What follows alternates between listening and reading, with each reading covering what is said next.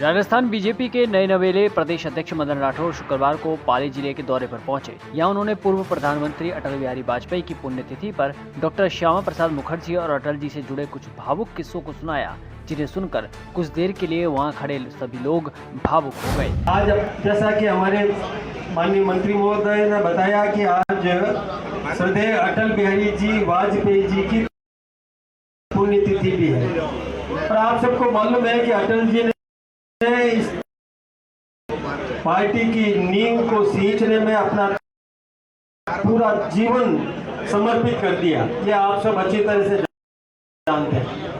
आपको एक छोटा सा दृष्टांत बताऊं कि जब देश आजाद हुआ तो हमारे राष्ट्रीय स्वयंसेवक संघ के सरसंघ चालक जी आदरणीय परम पूजनीय माधवराव सदाशिवराव गोलवलकर श्री गुरु जी ने देखा कि उस समय की जो आंदोलन में कांग्रेस थी उसमें थोड़ा राष्ट्रीय चरित्र का अभाव है, तो राष्ट्रीय चरित्र युक्त एक राजनीतिक पार्टी भी बनाने की जरूरत है।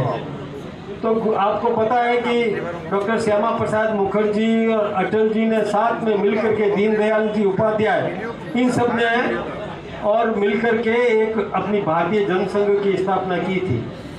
और जब उस समय आपको पता है कि देश में कश्मीर को लेकर के एक बहुत बड़ा आंदोलन चला था, कश्मीर का अलग झंडा था, अलग कानून था और वहाँ के मुख्यमंत्री को वजीर आजम कहा जाता था, मतलब प्रधानमंत्री। तब उन्होंने नारा दिया था कि एक देश में दो विधान, दो निशान, दो कानून नहीं चलेंगे। तो इसको लेकर के और डॉक्टर श्यामा प्रसाद मुखर्जी के साथ आदरणीय अटल जी भी और दीनदयाल जी भी सब लोगों को लेकर के और इनर लाइन परमिट का उल्लंघन करके कश्मीर में प्रवेश किया था। तब श्रद्धेय श्यामा प्रसाद मुखर्जी ने कहा अटल जी को कि भाई आप अंदर मत जाइए कि शेख अब्दुल्ला पता नहीं क्या करेगा, वहाँ से जिंदा लौट आएंगे कि नहीं, लेकिन आपको इस पौधे को जो जनसंघ के रूप में पौधा तैयार किया है, इस पौधे को वटवृक्ष के रूप में तैयार करना है, इसलिए आप लौट जाओ हिंदुस्तान और आप जाइए और इस पार्टी को मजबूत करिए। अटल जी ने कहा ऐसा नहीं हो सकता, मैं आपको अकेला छोड़ करके मैं नहीं जाऊंगा। बहुत जिद करने लगे, वो मना करने लगे और ये जाने की जिद करने लगे। तब डॉक्टर श्यामा प्रसाद मुखर्जी ने एक बात कही थी कि मैं अध्यक्ष हूँ ना, अध्यक्ष का आदेश नहीं मानोगे क्या, अनुशासनहीनता करोगे क्या, ऐसा कह करके अटल जी को निरुत्तर कर दिया और अटल जी को फिर भेजा कि आप जनसंघ को मजबूत करो। और वही कारण है कि अटल जी ने अपना पूरा जीवन उस पौधे को वटवृक्ष बनाने के लिए खड़ा कर दिया। आज उनकी पुण्यतिथि है। इसके बाद उन्होंने बांग्लादेश का जिक्र करते हुए कहा कि देखो वहाँ के हालात क्या हैं, हमारे हिंदू भाइयों को घर द्वार छोड़कर निकलना पड़ रहा है। आप सोच कर देखिए कि कितनी पीड़ा हमारे उन सताए गए भाइयों को होती है। पड़ोसी देश में देखो क्या स्थिति बनी है।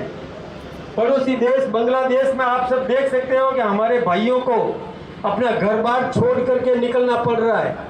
जिस मकान को उन्होंने तिल तिल जल करके खून पसीना बहा करके वो मकान तैयार किया, भवन तैयार किया, उस भवन को सजाया संवारा कि मेरी पीढ़ी उसमें आराम करेगी, अपना जीवन यापन करेगी, और उस व्यक्ति को वो घर छोड़ करके निकलना पड़े, दूसरे देश में शरणार्थी जीवन जीना पड़े।